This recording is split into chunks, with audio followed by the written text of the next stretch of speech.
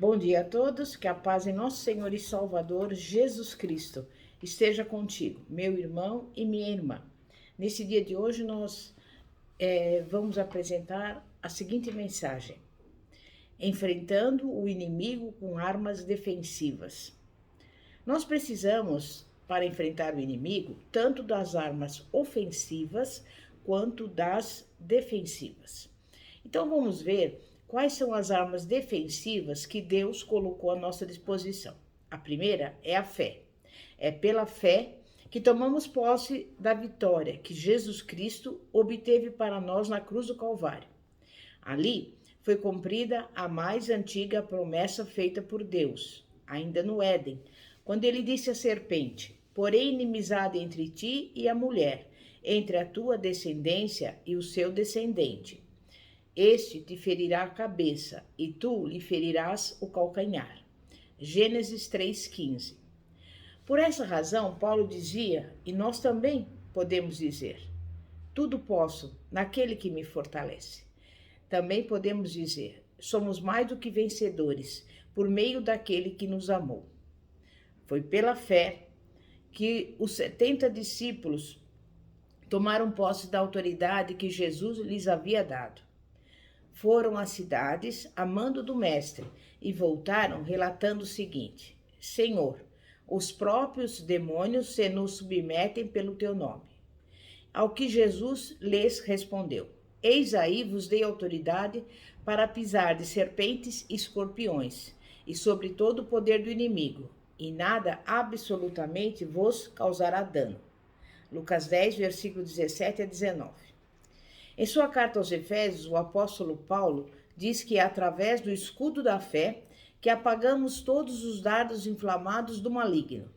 É através dela que atacamos e contra-atacamos o diabo. Este tenta a todo instante nos convencer de que não somos salvos, de que Deus não nos perdoou. Quer fazer-nos acreditar que o Senhor não nos aceita, que já não há mais jeito para esta ou aquela situação.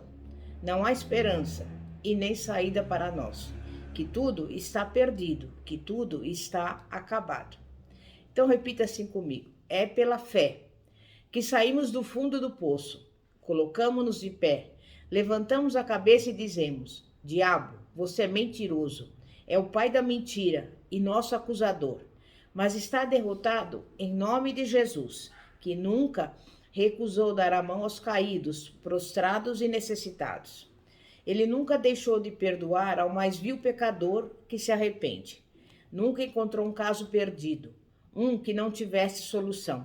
Portanto, arreda-te, Satanás, porque o Espírito Santo está movendo a fé no meu coração agora, para eu crer e aceitar o convite que Jesus acaba de me fazer, dizendo: vinde a mim, todos os que estáis cansados e sobrecarregados, e eu vos aliviarei. Mateus 11, 28. A segunda arma defensiva é a sujeição a Deus. Quando Ezequias soube que Senaqueribe aparelhara o exército para guerrear contra ele, tratou logo de organizar e equipar o seu próprio exército. Fez armas e escudos em abundância para enfrentar o inimigo e resistir a ele. Logo depois de preparar a sua tropa, ele exortou seus soldados com estas palavras: sede fortes e corajosos, porque há conosco um maior do que está com ele, para guerrear as nossas guerras. O mais importante não é estar bem armado, é sujeitar a nossa vida e a nossa guerra inteira e incondicionalmente àquele que domina sobre tudo e sobre todos, o qual detém todo o poder para entregar em nossas mãos a vitória. Enquanto Ezequias se sujeitou a Deus, experimentou muitas vitórias. Quando alguém tem o Senhor como força na sua vida, também irá experimentar vitórias. Devo colocar tudo o que sou e o que tenho inteiramente à disposição do Senhor. Preciso consagrar tudo totalmente a Deus. E assim, estarei evitando que tais coisas se tornem laço e maldição para a minha vida, levando-me ao fracasso e à derrota. Quando despojamos nossas armas e nossa vida nas mãos de Deus, ele peleja por nós. E se Deus é por nós, quem será contra nós? A vitória nos espera. Jesus a conquistou por nós e para nós. Sujeitemos a ele as nossas armas e a nossa vida, e ele pelejará por nós. A terceira arma defensiva é a união e comunhão. Ezequias sabia que se quisesse alimentar a esperança de ver o poderoso exército da Assíria derrotado, era preciso, antes de sair à guerra, que o povo e a tropa estivessem unidos em torno de um só objetivo: lutar contra o inimigo. Aquela não era a hora de expor os defeitos e as diferenças que existiam entre eles. Pelo contrário, era o momento de se darem as mãos, de somarem as forças e de alvejarem o adversário, e não os seus próprios companheiros de luta. Desde o princípio do seu ministério, encontramos Jesus ensinando aos discípulos a serem tolerantes com aqueles que não estavam lendo na mesma cartilha que eles, mas que, de certa forma, realizavam a obra. Em sua oração sacerdotal, Jesus não pediu a Deus que fôssemos mais cheios do Espírito, mais dedicados à oração e ao estudo da palavra. Ao contrário, ele orou fervorosa e apaixonadamente para que fôssemos um como ele e o Pai são um, porque só assim o mundo haveria de crer que, de fato, ele era o enviado, o Messias prometido. A unidade da Igreja, do corpo de Cristo, é a pregação mais contundente de um evangelho eficaz. É o indício de que ele tem o poder de unir e reunir em torno de si pessoas com diferenças culturais e socioeconômicas e indivíduos de raça, língua e cor diversas. A união em torno da pessoa de Jesus é uma das armas mais poderosas que Deus concedeu à sua igreja. Unidos, os cristãos podem desarticular e fazer estremecer as bases do inferno. O mais triste é que o diabo sabe disso e mobiliza uma boa parte do seu exército para causar divisão, facção, desunião, atrito, malquerença, etc. E os cristãos, de modo geral, ainda não enxergaram esse ardil dele, ainda não acordaram para essa realidade. Vamos lutar juntos pela fé evangélica, firmes em um só espírito, como uma só alma. A quarta arma defensiva é a resistência. Senaqueribe não apenas entrou em Judá, acampou-se contra as cidades fortificadas e intentou se apoderar delas. Chegou mesmo a tomar algumas e a exercer domínio sobre elas. Apesar disso, Ezequias não se deu por vencido. Pelo contrário, ofereceu resistência, reagiu à pressão do inimigo. Ele tinha consciência de que não estava sozinho naquela batalha. Sabia que não tinha estrutura, que não tinha condições físicas e humanas para enfrentar, de igual para igual, o poderio daquela nação. Contudo, sabia também que era possível resistir ao adversário e derrotá-lo, pois maior era aquele que estava com ele do que o invasor. Mas o assírio era astuto, sagaz, procurava por todos os meios desviar a atenção do povo que Ezequias incentivava a confiar no Senhor, intentando atemorizá-los e intimidá-los, e dizia: não vos engane, Ezequias, não deis ouvidos a Ezequias. E ainda hoje, o adversário da nossa alma tem usado essa tática para nos amedrontar, desencorajar e desanimar, pois ele sabe que em Cristo podemos não apenas lhe resistir, mas também derrotá-lo. Felizmente, temos o poder de não recuar diante das pressões internas e externas criadas pelo adversário. Pelo sangue de Jesus, somos purificados. Não precisamos conservar e alimentar nenhum tipo de pecado em nosso coração. O que Satanás quer é nos subjugar. Ele quer aproveitar brechas abertas ao pecado. Deseja minar, através do desânimo, a nossa resistência e anseia tornar-nos os seus escravos. Se quisermos resistir ao inimigo e obter vitória sobre ele, precisamos desalojar e expulsar os pecados que se hospedam em nosso coração. Quando Jesus foi tentado pelo diabo no deserto, uma das armas que ele usou para derrotá-lo foi a resistência. Por 3 vezes consecutivas, Jesus resistiu a ele e o derrotou. E a palavra de Deus nos diz: sujeitai-vos, portanto, a Deus, mas resisti ao diabo, e ele fugirá de vós. Tiago 4, versículo 7. A quinta arma é a prudência. Neemias deu um grande exemplo de como usar, na hora certa e de forma correta, essa arma que pode neutralizar os efeitos mortais dos ataques do inimigo.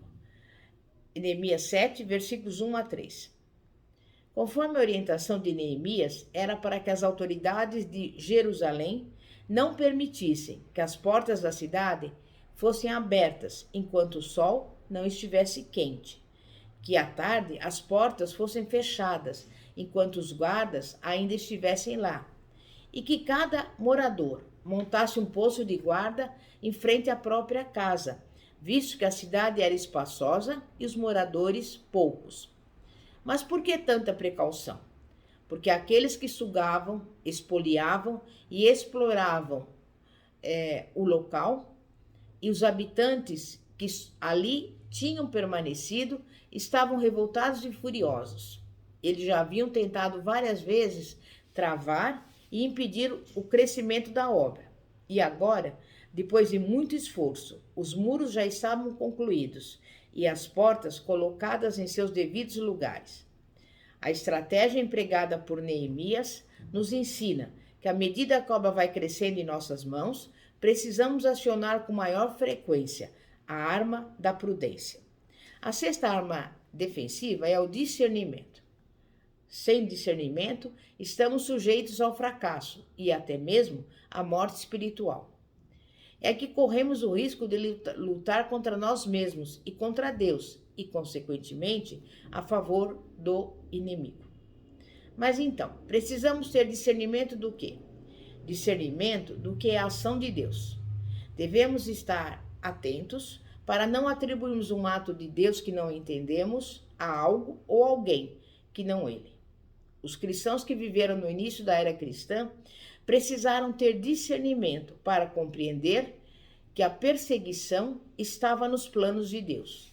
Era o meio pelo qual o evangelho seria pregado em todos os lugares. Se eles tivessem ficado revoltados, ou quem sabe, convocassem uma poderosa reunião de oração para repreender e amarrar aqueles demônios que estavam agindo nos perseguidores da Igreja de Cristo, ela não teria prosperado. Apesar de toda a adversidade que enfrentaram, os que foram dispersos, um por toda parte, pregando a palavra, levando o evangelho. E a comprovação de que isso fazia parte dos planos e da estratégia de Deus está no resultado. Nem tudo que aparentemente dá errado ou tem aspecto de fracasso é necessariamente obra do diabo ou consequência de alguma maldição. Mais do que nunca, precisamos de discernimento para detectar aquilo que procede de Deus, aquilo que no exercício da sua soberania ele permite sobrevir-nos com o objetivo de transformar a nossa fraqueza em força, a nossa derrota em vitória, a nossa porta fechada em um portão aberto. Também precisamos ter discernimento do que é a ação do maligno. Se Paulo não tivesse discernimento, talvez se sentisse até lisonjeado ao ouvir publicamente as palavras da jovem adivinhadora, que afirmava: esses homens são servos do Deus Altíssimo e vos anunciam o caminho da salvação. Paulo não emitiu parecer algum de forma precipitada. O objetivo de tais palavras era levar o povo a dar mais atenção aos apóstolos do que ao evangelho pregado. Paulo teve esse discernimento e, depois de muitos dias, já indignado, ordenou ao Espírito que falava pela boca da jovem: em nome de Jesus Cristo, eu te mando, retira-te dela. E ele, na mesma hora, saiu. Atos 16, 18. E, por fim, devemos ter discernimento do que é a ação da carne. Essa luta ocorre incessantemente no coração do Filho de Deus. O Espírito Santo é a provisão divina para alcançarmos a vitória sobre o pecado, para que não façais o que porventura seja do vosso querer. Está escrito: fazei, pois, morrer a vossa natureza terrena, prostituição, impureza, paixão, desejo maligno e avareza, que é idolatria. Por estas coisas é que vem a ira de Deus sobre os filhos da desobediência. Colossenses 3, versículos 5 e 6. E assim, devemos ser criteriosos, a fim de identificarmos bem aquilo que procede de Deus, do maligno ou da carne. Amém? É momento de oração. Santíssimo Deus e poderoso Pai, Pai de nosso Senhor e Salvador Jesus Cristo, te louvamos, te agradecemos por mais um dia que estamos aqui diante da tua presença. Visita agora, Pai, aqueles que estão doentes, opera a cura divina. Vai ao encontro também daqueles que estão passando fome, envia-lhes a provisão. Visita esse lar e essa casa, coloca a união, a harmonia, a paz que excede todo entendimento. Enfim, que a bênção do Senhor, que enriquece no acrescentador, seja derramado sobre cada um, em nome de Jesus. E antes de concluir este vídeo, eu convido você a se inscrever no nosso canal do YouTube, que se chama Igreja Poder de Cristo, e cujo símbolo é uma semente, porque a semente representa a palavra de Deus.